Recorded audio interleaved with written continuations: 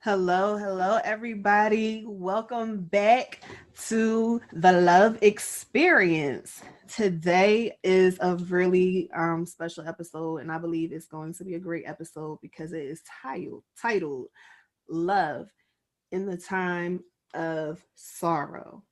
And my special guest is Ida Joyce, who will be talking to you about that. She is my aunt, by the way. And she's going to tell you a little bit about her story, finding love in the time of sorrow, and you know how we do it on the show. And let me say one thing because I have been getting a lot of feedback. Let me tell you guys something. This show is not just for couples. This is an everybody show. I want singles and couples. You can, if you're a couple and you don't want to do it with your partner, you could do that. If you want to do it with your partner, you can. I want everybody's story. This is not just a couple's show. This is an everybody show. Okay. So I had to say that to get that out the way because I've been getting a lot of feedback for why people aren't signing up for the show. So make sure y'all pay attention. I will make a special announcement again at another time, but this is an everybody show. Okay. And I'm glad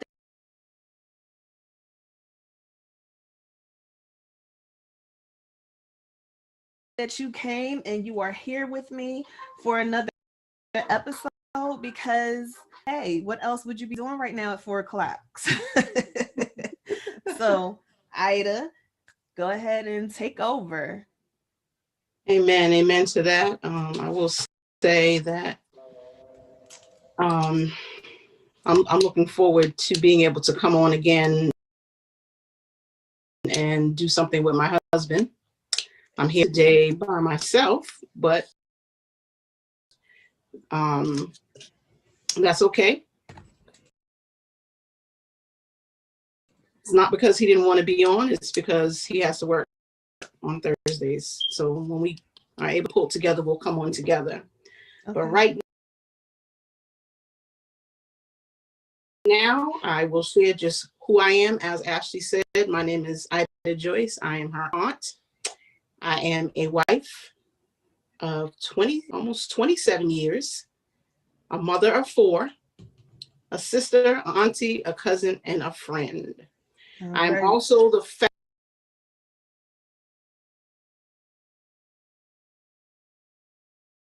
founder of a blog and social media presentation, if you would call it,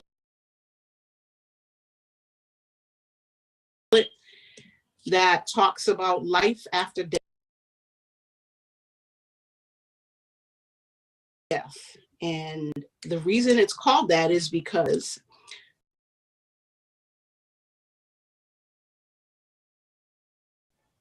almost 3 years ago, I lost my son.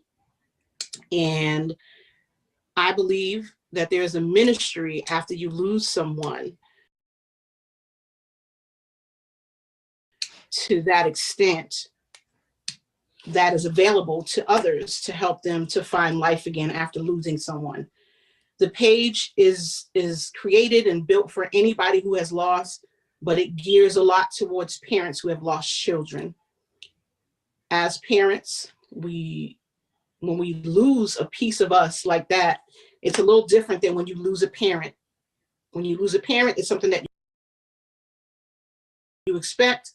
When you lose a child, it's something that you don't expect.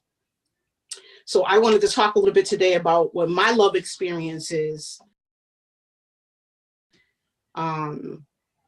with that, and how love played a huge part in helping me to get healed. So what I wanted to say is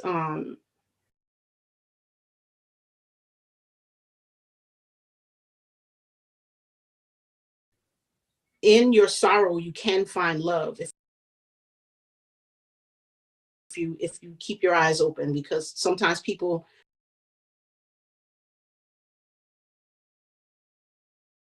are so distraught and their life just seems like it's never going to come back together, that they don't believe that they can find any hope ever to even live again. So I just want to talk a little bit about my son. He was 16 years old, a little less than a month shy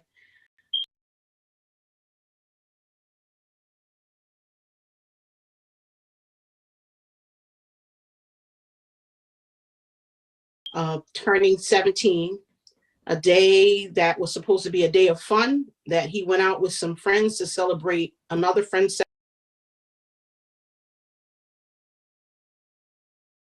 17th birthday, turned into a day of tragedy. There were 5 passengers in the car that they were driving in as they were leaving from event that they got together for paintball. They were on their way to go out to dinner, and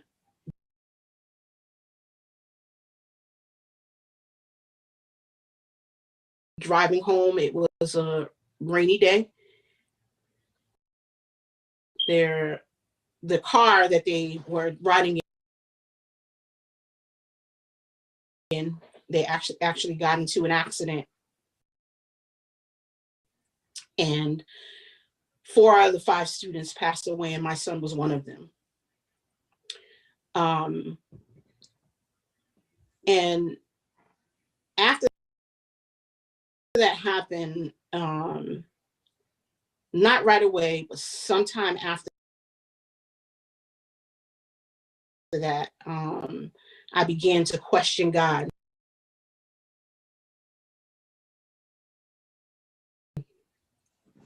and ask him why he took my son. I said to him, you know, Lord, I constantly ask you to watch over my children. I constantly ask you to keep them safe.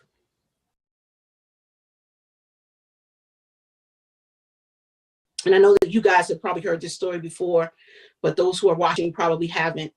And in that time of prayer, God spoke to my heart, and he said to me, where's the safest place that your son could be? And I had to pause for a second. And I had to say, Lord, you're absolutely correct. The safest place that he could ever be is in your presence. That's the safest place for any of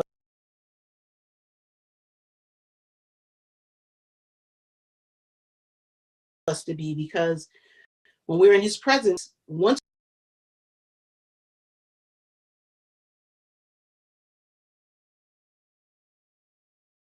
we are in the kingdom of heaven, nothing can ever harm us again.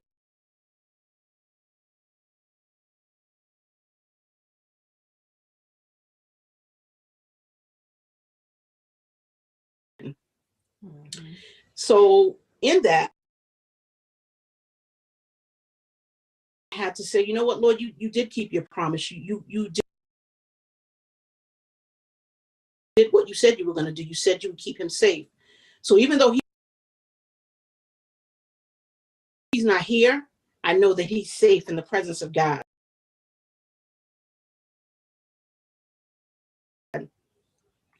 And as I,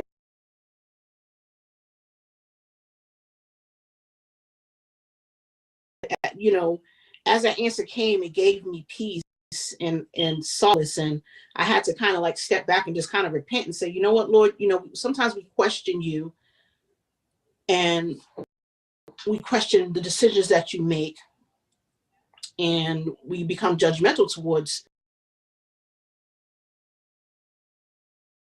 the decisions that God has made.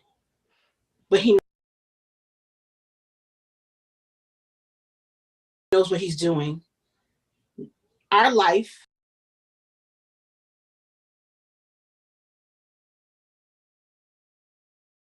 is not promised. It doesn't matter what your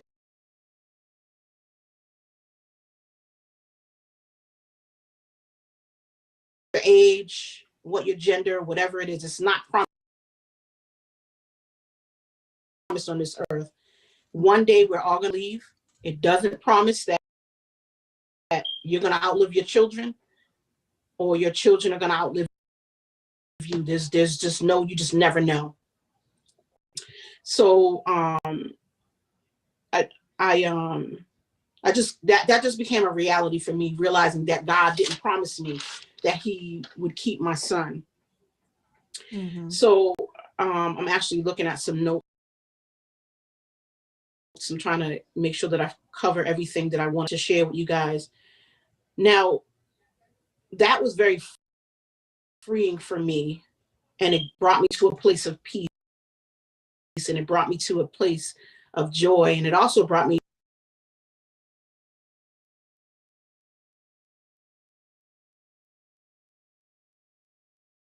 joy because I knew that he was safe with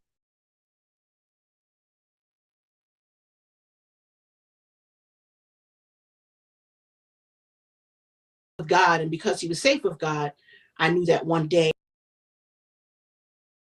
I would be able to see him again, that he's going to be waiting for me in a place where nothing and no one can ever take him from me again. That doesn't mean, I'm sorry. Can I jump in 1 second? Sure. How long did it take you to get to that place where you were comfortable in knowing that Nicholas was in the arms of God? I would say for me, with that situation, it was within the first year of his death, but it didn't mean, which was my next point I was going to come to, was that it didn't, just because I know that doesn't make the pain any less. Right. Doesn't make missing him any less. Right. Doesn't make the fact that, he's gone, doesn't make it any better. It does make it easier. Mm-hmm. It does help me, but it's still very painful. And I have my days. I have my days where, I get emotional, and I have my days where I go through and I'm absolutely fine. I'll see a picture, I'll smile, I'll see a old post, I'll see a video, and it makes me happy. And then other days it makes me emotional. I think that's just a part of life, and the things that we go through. It's just all a part of the process of grief. But my point of sharing those things was to get to the point where the collateral beauty comes in. And as I've shared before with other people, Collateral Beauty is a movie with Will Smith in it where he loses his daughter. And as he goes through the motions, he goes through losing everything, his business, all this stuff, just everything, his whole world just crumbles. And he gets to a place where all he does is stay in his apartment all day. A business that he built with other people is actually falling apart, and they're trying to figure out how to get him to sign off the business or his piece of the business so that they can get rid of him and, begin to rebuild again, because he was just pretty much lifeless. They would bring food to him, leave it at the door, and his neighbor would go and pick it up and eat it, because he would never even go to the door to get the food. There's a scene in there where he's actually on his bike and he's riding in towards traffic. So, for me, I took that as him trying to commit suicide. But eventually, at the end of the story, he finally gets to the place where he begins to be able to say her name again. And he begins to come to a place of where he's beginning to heal. And that is part of the collateral beauty. You go through the process, you go through the pain, you go through the suffering, but God always has some beauty in that.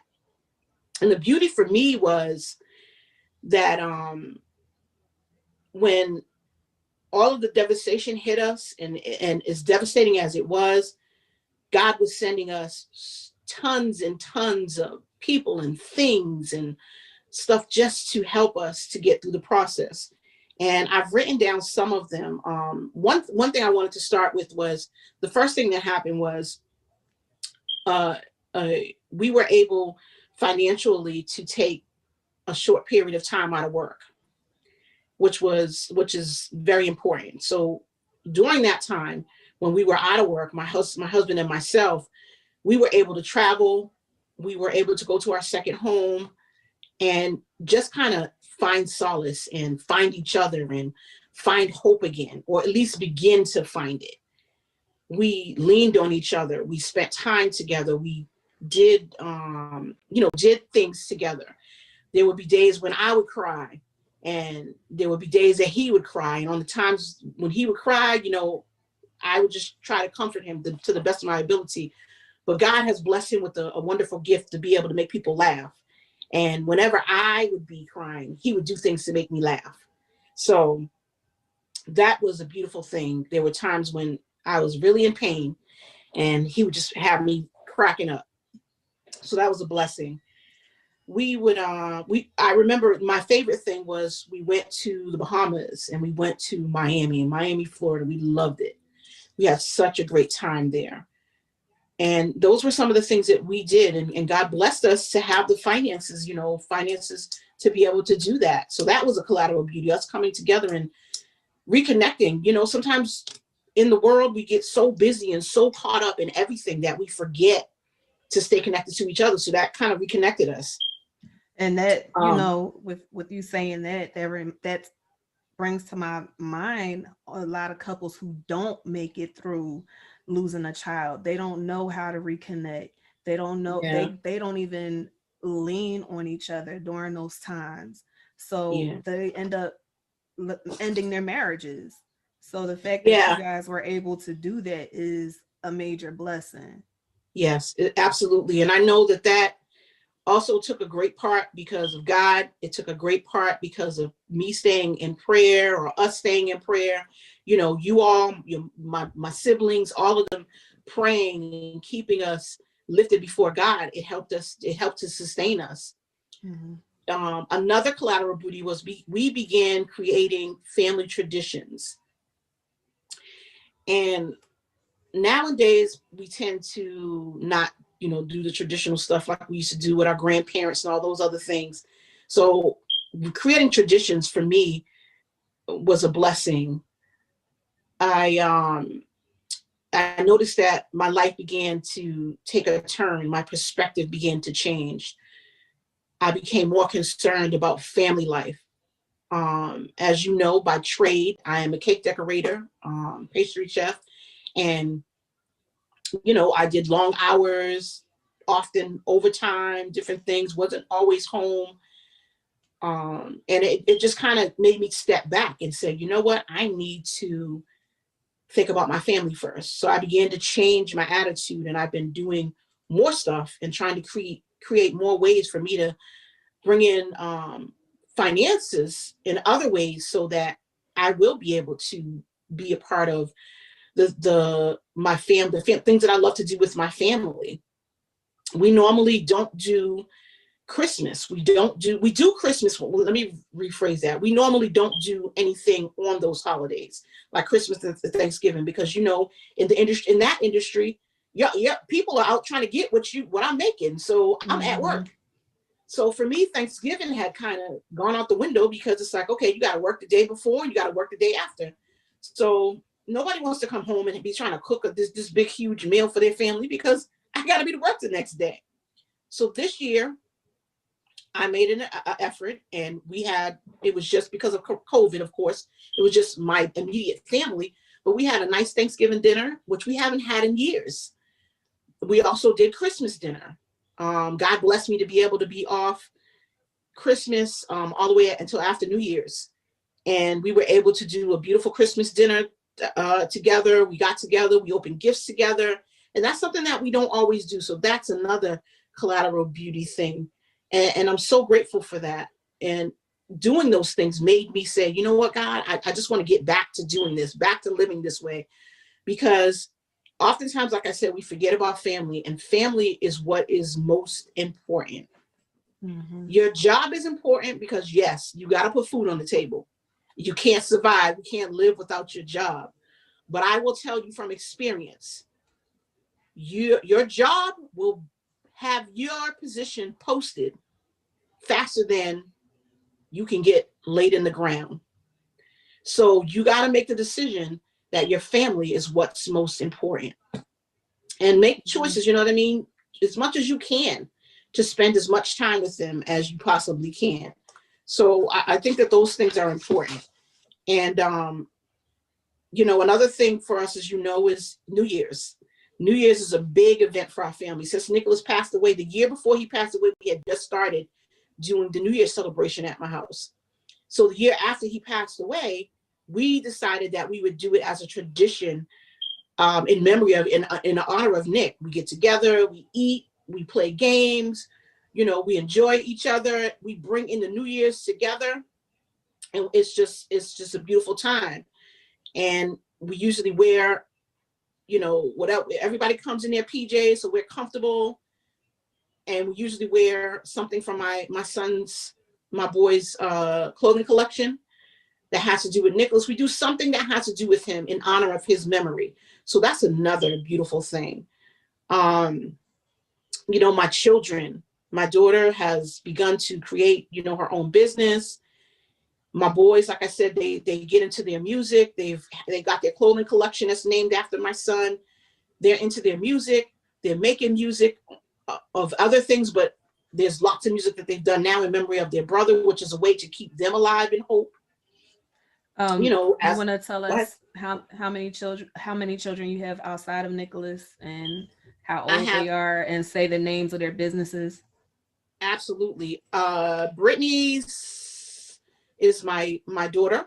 She is 25, and her business is B Nicole Creations, and she does all types of stuff that you see people doing right now: the cups, the mugs, the t-shirts, you name it. People who smoke weed, she's doing those trays for them. She's doing everything, whatever you can think of. Anything that you could put in your house. She does, like the trays. She did a beautiful tray that looks like shattered glass on the bottom and is covered. She just does some really beautiful stuff. The flower arrangements. So she does all kinds of stuff. Like I said, the boys, they actually have a studio now, so they are in the finishing end of that, and so they'll be able to rent out the studio for people to do their music in, and they'll also be able to do their music there. And then the clothing line is called the Naj Collection, and that clothing line is in the works as well. They're in the process. They kind of slowed down with it a little bit, but they're working up and going for that as well. Shout So, out to Richie and Chris. and that's Richie. And Richie is my oldest. He is going to be 32 this year, and Chris is 28. So, those are some of the great things that have come about in the collateral beauty stage of our loss. As I said, I've begun writing. I'm writing books. I have a blog page. I have a Facebook page, an Instagram page for people who are in a time of sorrow, for them to find hope. So that's another way. The love that we have received from Nick's friends is just unimaginable. I mean, I feel like I've gained more children, and they stay connected to us. They text me, they call me, they send me pictures. When they find new pictures, they send me videos. I mean, I have so many videos, so many pictures between his social media sites, his friends' social media stuff they sent me. So we have tons and tons of videos and memories that are such a blessing. And they come by to visit all the time. This year for my birthday, They surprised me and they did a drive-by, honking horns and, screaming and yelling and making all kinds of noise. And then they stopped and came over and gave me gifts. And, that was just, had me in tears, because those kids are special to me. They make my world. They make me feel like a part of Nick is here with me. So that's truly a blessing. When his birthday comes around, we all meet up at the cemetery. We do a balloon release every year. We meet up there. Also at the anniversary of the kid's death, we all meet up there again too. So, they keep his memory alive. We keep his memory alive. His school, he would have graduated in 2018. No, he would have graduated in 2019. I'm sorry. He would have graduated in 2019. And that last year, the school they just covered us and stuff. They gave us stuff from the school. They gave us desktops. They gave us chairs with the kids had signed the tables and the chairs. They gave us tons and tons of things to remember them by that the kids had drawn, and just we were able to go up there and go through the room and just pick what we wanted to take. So I took tons of things. They did a night honoring the boys where they gave them athletic awards for the athletics that they did. Nicholas played football and he ran track. He played basketball as well, but the thing that he was great at was running track. So his track team, they gave him batons that had, like tons of them, not just one of them. There was a whole bunch of them. All the kids from the team signed the batons for us to keep. They had his jersey framed for basketball and a plaque made, which was a blessing. One of the girls, I was just about to say that, one of the girls who passed away recently, it's been within the last 6 months, she passed away. The picture you just put up, those were the 4 boys that passed away. And one of the students that went to school with them, she actually painted the pictures that are at the bottom and gave them to us. So we have those pictures, and it's an honor to have those pictures because she passed away a few months ago, and she was sick and she passed away. So it was a blessing to be able to have those in her memory as well. So we were given trees to plant, chimes, wall plaques, armbands, you name it, we got it. And we still get things, so many things. When everything first happened, my husband's job just blessed us. They blessed us with food, and constantly, when people go through grief, people don't realize, you kind of lose your desire to do anything. So cooking becomes difficult. And people realized that, and they were sending us food, and just whatever you could think of was coming towards us. And people still to this very day are still doing things. I'm still getting things. We have a lady who recently called, sent a message on Facebook. They put up these bows around town in black and orange in memory of the boys. They put them in different places, but they make sure that they put it in front of all of the parents in Stoughton's houses. And so somehow the wind was blowing one day and the bow fell. And when the bow fell, I want to say the dog across the street got it or something, and we got it back from him, whatever, but we didn't put it back out right away. And so one of the mothers, the mother who actually put it up there, sent Brittany a message on Facebook, and she's like, can you please, get in touch with me? And she's questioning her. She's like, I put a bow up and I noticed that the bow is missing. Is it offending you guys? Is it bothering you? Do you not want us to put it out there? And Brittany was like, oh, no. So she explained to them what happened. And we made sure we got the bow back out there, because that's how much it means to the people in this town, to make sure that we are taken care of and that we know that they're remembered. That's amazing. So, that is such a blessing, and people don't realize that there can be collateral beauty there can be beautiful things. You know, I think about you guys. I think about my siblings and how everybody stayed connected and prayed for us and were just there for us. You know, the support that we have had and have is just beyond anything that I could imagine that God would have given us. So, Don't you do know, I it. just wanted to Don't do it, just, Auntie, because I ain't got no tissues next to me, okay? but yeah, I just wanted to say that the love that we have received through this time of sorrow is just beyond what I could ever imagine. And I'm so grateful for it. I mean, even just being an onlooker, I never ever ever in my life heard of a town gathering around families the way Stoughton has gathered around you guys. Yeah, It is, I mean, for real, y'all. I guess, would you say Stoughton is a small town? To me, it seems like it's a small it town. is. Stone is very small. Everybody knows everybody. I don't know Oh, the exact number of people who live here, but it's a pretty small town. I mean, we only have one high school, and right. we have one middle school. We have several elementary schools, but we only have one high school and one middle school. So that should tell And you right there. right. And just the fact that everybody, I mean, literally, when we went up there for the funeral, people just were constantly coming to the house to Yes. see the family and, to love on them. Like, it was something, even though this is your experience, but Uh-huh. witnessing it was amazing. It was beautiful to see. Like, it, just seeing that made me cry.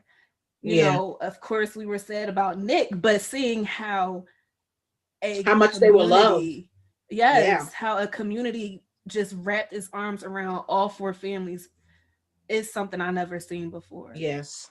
Yes. Nicholas's funeral, there was about almost 2,000 people there at the funeral. And then I looked back probably a year or so after the um the funeral. I looked, the video came back up from the Mm-hmm. funeral, you know, it was on Facebook. It Mm-hmm. came back up the following year. And when I looked at it, over 1,000 people watched it. So, you know, you're thinking there was 3,000 people that saw that funeral, you know, so buses upon buses upon buses. I mean, they had to figure out how to fit everybody in those churches. And And that the in story itself was a went blessing. worldwide, well, nationwide at Exactly. least. Yeah. Yep. I mean, I think about there was something that Uncle Mark had sent me. DL Hughley had something up on his page about it. Mm-hmm. So, you know, you know, and these kids will never let their memory go away. They are constantly putting stuff up, posting things, and you know, so it definitely is. The town has come together. I mean, and there's still, like I said, recently it snowed out. We had a pretty good significant snowstorm, and one of his teammates that played football and ran track with him, his mom had given us a beautiful book. She was a photographer, and she did this beautiful book for us through, I think it's called Shutterfly. Mm-hmm. Not nothing like you know, you put together yourself. I mean, she spent money to have this book done because Mm-hmm. she had kept all of the pictures that she had taken all 4 years that the boys were in school. Now, I mean, who keeps that? That was nothing but God having her keep all those things.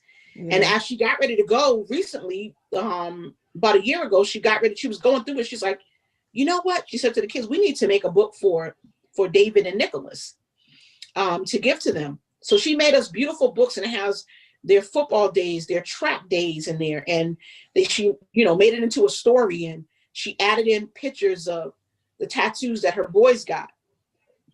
And those boys came here recently. Like I said, there was a snowstorm, and it was really bad.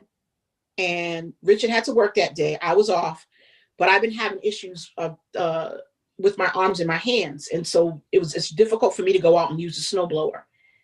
And they came to, you know, God knew this. And uh, David's mom texted me and said that they were out, and they have a snow cleanup company. And she said they're out and they want to know if you want your yard done. Now, you know, and people who are watching probably don't know, but my driveway is huge, Yes. huge. It's a circular driveway. On one end, you can fit 4 vehicles, and then going around the circle, you could probably fit another 4. You Mm-hmm. know, and that then you got the width. If you really needed to, you could fit 2 more cars in front of the house. So it's a really big driveway, and it's a lot of work. When we do it ourselves, if you're out there by yourself, it takes a couple hours to clean that yard up. So they came, and when they came to the door, I said, guys, I don't have any cash on me. What do you guys want us to stop by and bring you something or whatever? And they're like, no, we don't want payment. I'm like, come on, you can't do this. This is too much work for you to do without somebody giving you something. We got to pay you something, even if it's just a little something. Mm-hmm. No, we don't want anything. So I was like, okay, we're going to bring something to your house. So they're like, no. So they cleaned the yard up. They got the yard cleaned up. They had huge snow blowers, much bigger than the one that we have. So it didn't take them that long. And them doing it together, there was 2 of them. So they cleaned that up. And then later on that evening, when Richard got off work, he tried to go to give them payment. And when we got in touch with his mother was like, don't come over here because we're not taking nothing. So, they did that for free. Wow. I think about the trashmen in the beginning, when they would come and pick up our trash, they would not only pick up our trash, they would bring our barrels back in our yard. Now we had to put the barrels at the end of the driveway. So you know how, it's a little distance to walk from the driveway to where my porch is at, where the garage is. They were bringing the barrels in for us every day. I mean, just different things that they were doing to show their love for us. Just amazed me. So, that's a love story within itself. A love story that people don't really think about, but I wanted to share, for people to know that there is life after death. Like I said, we have to continue on even when our loved ones are gone. And I think that they want us to continue on and to be happy and joyous and enjoy our lives. And we got to find ways to do that. And this is one of the ways that I do it. I do it through writing. I do it through sharing with people and encouraging them. And that's my love story in my time of sorrow. And it's truly been a blessing. And I thank you for allowing me to share it. Well, I'm glad that you did share it because one, this is a part of your experience, and two, it is not the typical love story. Like I try to tell everyone, I don't want just fairy tale love stories. This was a tragedy. This was love in the midst of a tragedy. Yeah. And, this is something that needed to be shared because I'm sure if somebody is not watching right now, hopefully when y'all like, share, and subscribe, they will see the video, see the Yeah. show, and be blessed by the story that you just shared with us. And you can I don't know if you want to share my link for my blog page. I will Go ahead. I'll send it to you. You can add it to it later, right? Yeah. Okay. So if anybody's But interested in checking that out. guys, she is being a little modest at the moment, so I'm going to be big up my aunt. her Facebook page for her business page took off. Like it took off rapidly, and I told her I felt like the reason why she is having so much success right now, and I'm not just saying right now, but the reason why she's having so much success is because look at the year we just came out of. We came out of a year that was filled with nothing but chaos and Yep. loss, and people are feeling lost because they don't know what to do with their family members passing away due to this disease, this illness, this virus. And because there's so many people out there hurting, they are looking for something and someone to help them and comfort them and show them the Yes. way that they were able to get through their loss. So when I tell you, y'all go check out the business page, Life After Death, right? Yes, it's life And after death. Yep. Hope after loss. and also it's on Facebook, and she has a page on Instagram. And also, like she said, I'll put On the Instagram it's life after Naj. Okay, I had that in my head, but I thought I was wrong. Yeah. Okay.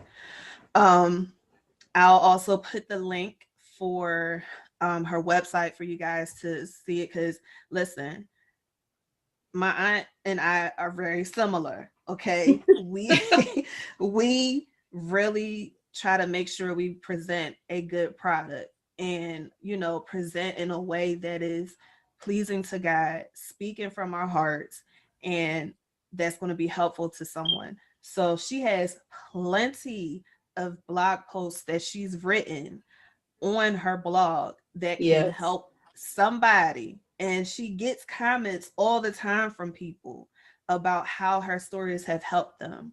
So go check it out. I'm gonna put the link in the description later. But let's go. If you have any questions or comments, please go ahead and send them now, and I'm going to read the ones that we already have so far. um your sisters, Linda, Leslie, and Karen said hello. Hello, hello, And hello.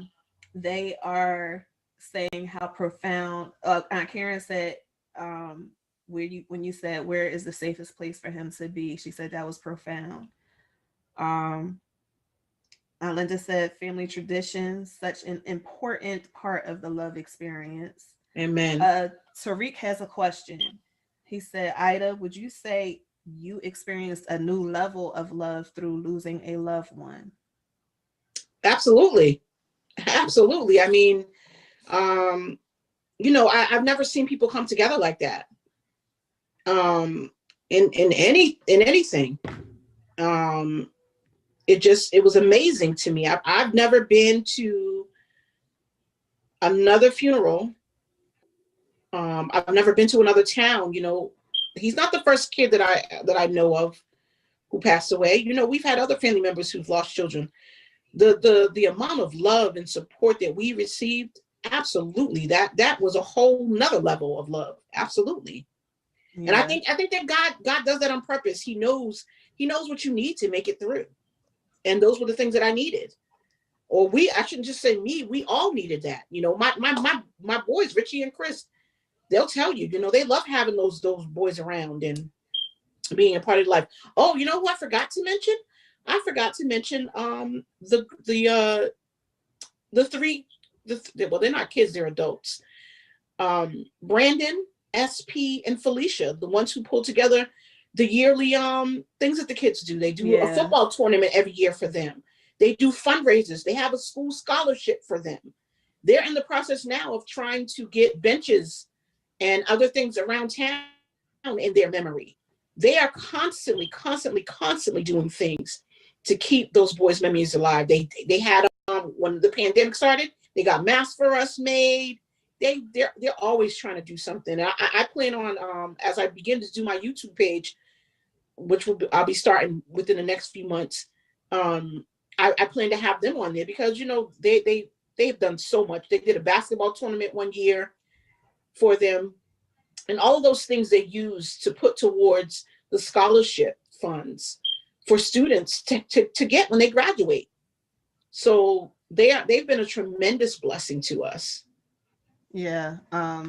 I unfortunately was not have not been able to attend any of the events that they throw for the boys, but I always hear such great things from you guys after it's over, and Yeah, how great of a job that they do to keep up their yeah, memory and yeah. their honor. Um, I have one question for you, and you can answer it if you want or not. But okay, so my question is about the boy that was driving. Hmm. So many parents would not be able to have the feelings that you have for this boy. Um, would you like to share, what your thoughts, and how you pray for him and things like that? Well, let me just backtrack a little bit. Just for those who are not aware of the story, this child was actually charged with vehicular homicide, driving reckless endangerment, and two other things. I can't remember what it was. He got 12 counts because there were four people, and So he did do, he was arrested, not arrested. He was actually, he did go to jail. Um, Throughout the process, the whole time, I just felt in my heart like I couldn't allow myself to just hate this kid. I couldn't allow myself to just be angry with this kid. Now, I'm not saying that I didn't feel these things, but I knew that that wasn't a place that I could afford to stay. Mm-hmm. I needed to heal. And in order for me to heal, I needed to forgive and I needed to press on. Now, does that mean that I did not want this kid to pay for what he had done? Absolutely not. It did not mean that. But what I did not want was I didn't want him to get a life sentence. I didn't want him to go to jail and get beat up and all the terrible things that you hear. I would actually pray, God, if he does go to jail, I pray that you protect him. What I wanted was him to have time to think about the choice that he made. And also for him to get to a place where he would find God and take this experience and somehow change someone else's life. To be able to minister to someone and say, listen, don't do drugs. Don't drive under the influence because it'll get you in trouble. Now, he was under the influence, and the vehicle also had drugs and stuff in it that I guess he was selling. None of the other students, none of the other kids that were in the car had anything in their system. They didn't find anything in their systems. So he made this choice to drive under the influence and ended up making some bad decisions because of that and got into this accident. But with all that being said, I had to make the decision that I needed to let it go for my health, for my well-being. Now, I did have some anger. I did have, some issues. I haven't really spoken to him. Like, I haven't had a sit down conversation with him. I don't talk to his family. It's not like we're buddy or anything like that. I don't know. Maybe God may move me to that one day. I don't know. But right now, I'm not there yet. But with that being said, I don't hold hate in my heart to him. I truly wish him the best. I truly pray, because it wasn't just our life, the four of us who lost our children's lives who that were changed. It was also his life. His Mm-hmm. life was changed. His family's life was changed as well. Nobody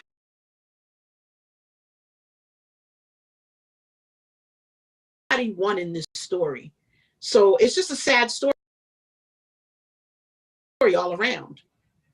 So I just pray that he finds God and that he will even, maybe start a thing where he goes to like the driving classes and talks to the students and encourages them not to drive under the influence and not to speed and do all those things, but to use common sense and to do what's right. So, I mean, that's where I was. Now, that's not everybody's story. Some It's people, not. some people, it'll take them time. And that's okay. You got to do you. Everybody has to do what they have to do to survive for themselves. And, my thing is just that don't stay there. Try your best to get from that place, because when we hold hurt, when we hold anger, when we hold unforgiveness, it doesn't destroy the other person because they're going on and living their life. It destroys you because you're the one who's got all of that stuff built up inside of you, and it's holding you back. Mm-hmm. So it's not beneficial to you, especially when you're dealing with grief.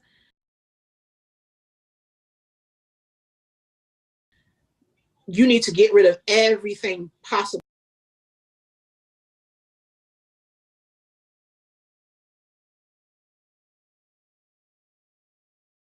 that is stalling you and stopping you from healing. And bitterness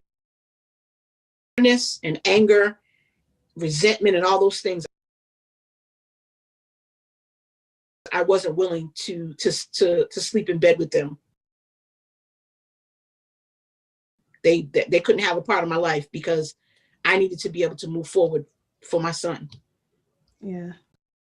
And I wanted you to share that because, you know, you mentioned that it was an accident, and you know, not all the boys died. The driver survived, and you know, when we talked about you forgiving him, and in my mind, you know, it may not have been that quick, but that was a quick. You forgave him quickly, and I just remember saying to you, like, "Wow, this is like that. That's strength." Because that's something I know I probably wouldn't be able to do, not so soon. But as we discussed it, it was like, okay, yeah,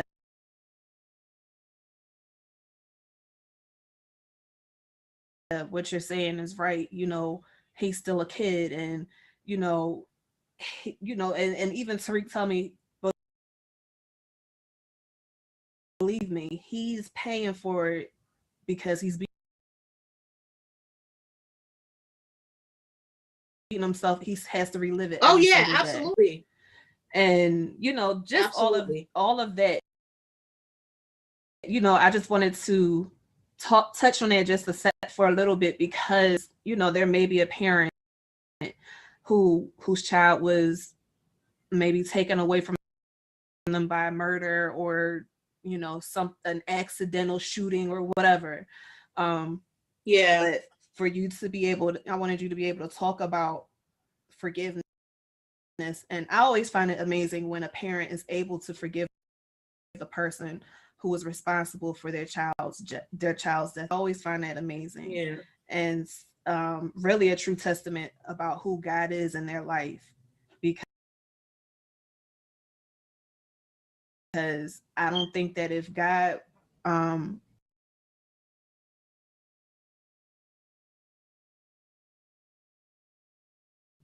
wasn't moving within their life, I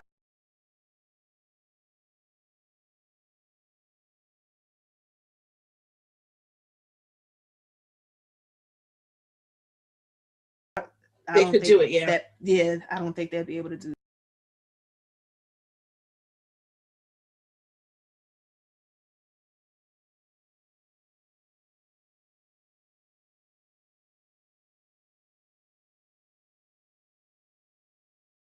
that. So let me get Yeah. back to reading all these comments. Let's see. Leslie says, shout out to Brittany Nicole. Whoop, whoop. Alfredo, Alfreda Walker said, that's awesome. You have a very talented family. Leslie says, shout out to Chris and Richie too. And Renee Jackson said, wow, beautiful. Linda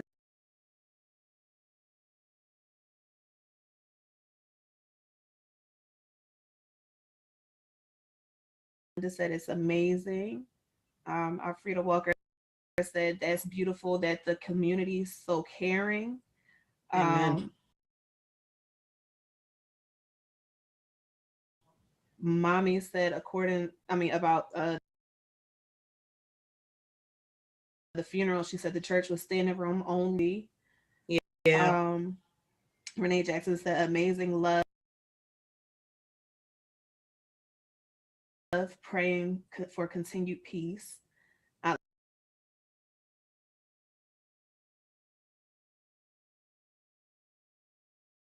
Linda said, your pastor was a great example of the love of God. And Renee Jackson said, thank you for your transparency. Um, Leslie said, life after death, finding hope after loss. Some peanut head girl asked if she was your favorite niece.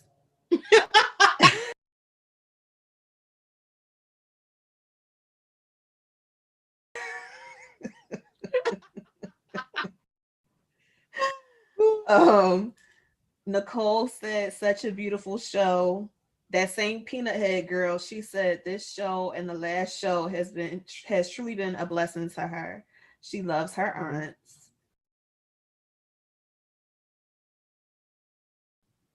And yeah,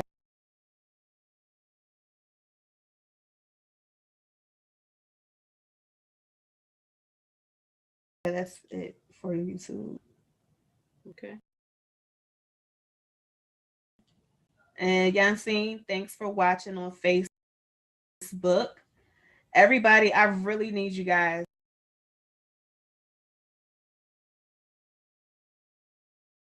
Please, please, please, because I would love for this show to reach a broader audience. Please make sure, if you're watching on YouTube and you haven't done so yet, please make sure you subscribe to the channel, you like the video, and share it. I don't care if the person that you share it to doesn't have any idea about what it is to lose someone. Share it anyway, because the story is beautiful. Okay, so share, share, share. I'm gonna give you guys the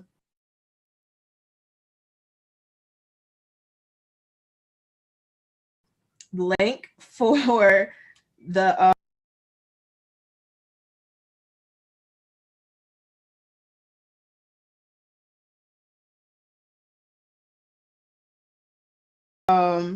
her website, and I'll also send you guys the link for her Facebook page. And yes, that is the love experience. This right here is a prime example of the love experience, because y'all didn't hear a love story as in a romance love story. You heard a love story as in agape love. That's Amen. the type of love you just heard about. Okay. So I want y'all, okay? I want you to make sure you comment on this video and either send me an email, or if you're watching on Facebook, comment, whatever. Let me know that you want to be part of the show. I'm at the point now where I'm going to start, just DMing people, jumping in people's DMs. But I want y'all to be part of this show, be part of this love experience movement. I'm calling it a movement because it is. We all, right now, everybody needs some love. So I want you guys to be part of the love experience movement, okay? And share.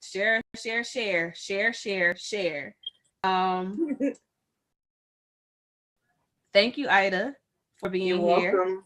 Thank you. And we will we will,